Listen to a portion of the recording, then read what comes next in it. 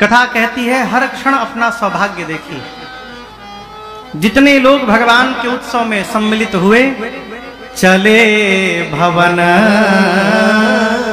बरनत निज भागा। कैलाश में बैठे भगवान शंकर मेरी मां भवानी जी को कथा सुनाते सुनाते कहते हैं, देवी अब मैं आपको अपनी एक चोरी की कथा सुनाता हूं। मां ने कहा, प्रभु चोरी? शंकर जी बोले, देवी जब प्रभु ने अवतार लिया था तो आपको बिना बताए मैं भी दर्शन करने अयोध्या चला गया था उस समय। मां बोली, हमको क्यों नहीं ले गए? शंकर जी बोले, क्षमा करिएगा, पिछले जन्म में आप सती थी तो एक बार आपको कथा सुनाने ले गया था।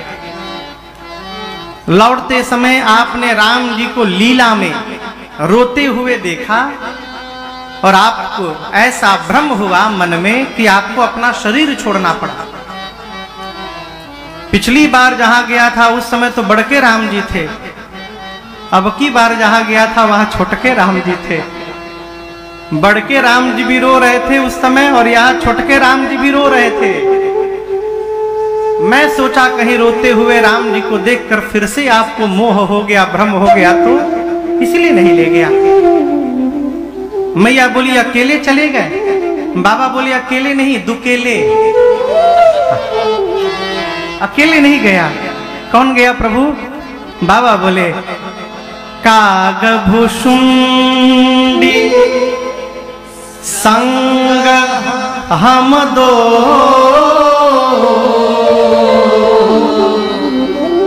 मनुज रूप जाने नहीं को। बाबा बोले, देवी कागभुषुंडी जी के साथ मैं गया था। अब यहां दर्शन करिए, बाबा ये नहीं बोले कि मेरे साथ कागभुषुंडी गए थे, नहीं, कागभुषुंडी संग हम दो, उनके साथ में मैं गया था। इसका क्या अर्थ है? इसका अर्थ है कि भगवान शंकर कहना चाहते हैं कि अयोध्या जाने की प्लानिंग भुषुंडी जी बनाए थे। मैं रचना बनाता तो आपको छोड़ के थोड़ी बनाता। अब इसको इस सामान्य भाषा में समझिएगा। यदि हम आपसे कहें कि कल सुबह 5 बजे तैयार रहिएगा, अयोध्या चलना है दर्शन करने के लिए, आप अपने साथ कितने लोगों को लेके चलेंगे? हाँ, अकेले जाएंगे। क्यों? का पता गाड़ी में जगह होई कि ना होई। हमारे अलावा और कितने लोगों को बोले होंगे, कौन कौन जा रहा है कोई पता नहीं। हमको बोले हैं यानी हमारे लिए गाड़ी में जगह जरूर होगी। इसलिए जब कोई आपको चलने के लिए कहेगा तो आप अकेले जाएंगे, और जब जाने की आप रचना बनाएंगे तो आप जिसको जिसको चाहें अपने साथ लेकर जा सकते हैं, क्योंकि प्लानिंग आपने की है। शंकर जी कहना चाहते हैं कि देवी अवध जाने की रचना कागभुषुंडी जी की थी, वो आए, अब मुझे लेकर गए, अब हम आपको इसने ले गए, क्या पता गाड़ी में जगह हुई कि ना हुई। यदि मैं जाने की रचना बनाता तो आपको अवश्य लेकर जाता भवानी वहां पर। मां बोली, प्रभु कागभुषुंडी जी के ही साथ क्यों जाना गए आप?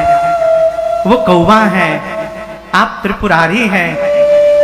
बाबा बोले, कौवा के रूप में नहीं गए, हम दोनों मनुष्य के रूप में गए थे।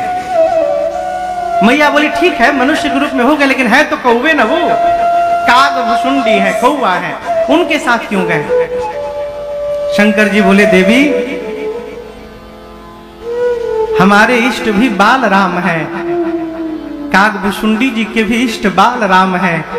और एक बात कहूं, जीवन में उसी के साथ यात्रा करनी चाहिए जिसके साथ आपका चित्त और चरित्र दोनों मिलता हो, उसके साथ यात्रा बनाते रहिए।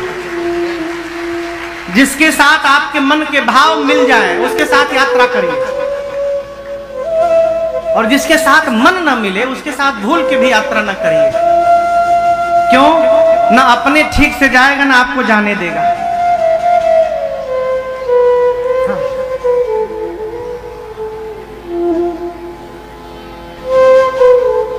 बहुत पहले एक बार हम लोग तारकेश्वर जा रहे थे कांवर लेके पैदल।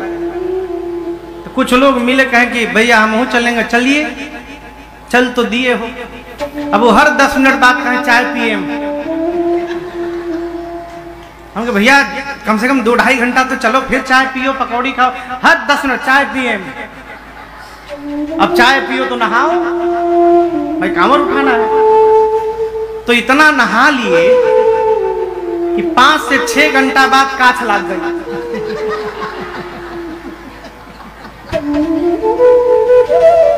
अब ऐसे चले पांव करके। तब तक किसी ने कही दिया कि एक काम कर, नाइसिल पाउडर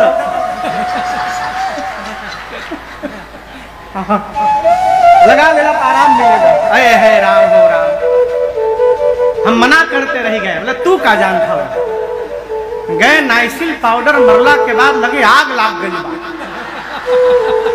वो कूदना शुरू किए, एक थे तालाब रहे, तालाब में कूद पड़े सारे। बोले में से निकले ना हम। कलकत्ता में एक मंदिर है तारकेश्वर, भगवान महादेव का मंदिर है। तो मैं कई वर्षों तक प्रत्येक पूर्णिमा को वहां अकेले जाके जल चढ़ाया, कई वर्षों तक। तो मैं जब अकेले जाता था तो 8-9 घंटे में पहुंच जाता था। उनके साथ 24 घंटे में पहुंचा। जल चढ़ाने के बाद कहा बाबा फिर ये लोग संगम कब आवे वाला नहीं।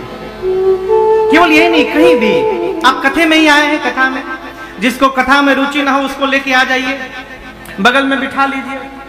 हर 5 मिनट पर खोदेगा, चलिए मोबाइल में देख लीजिएगा, चलिए यहाँ से टीवी में देखिएगा, चलिए। इतना खोद देगा,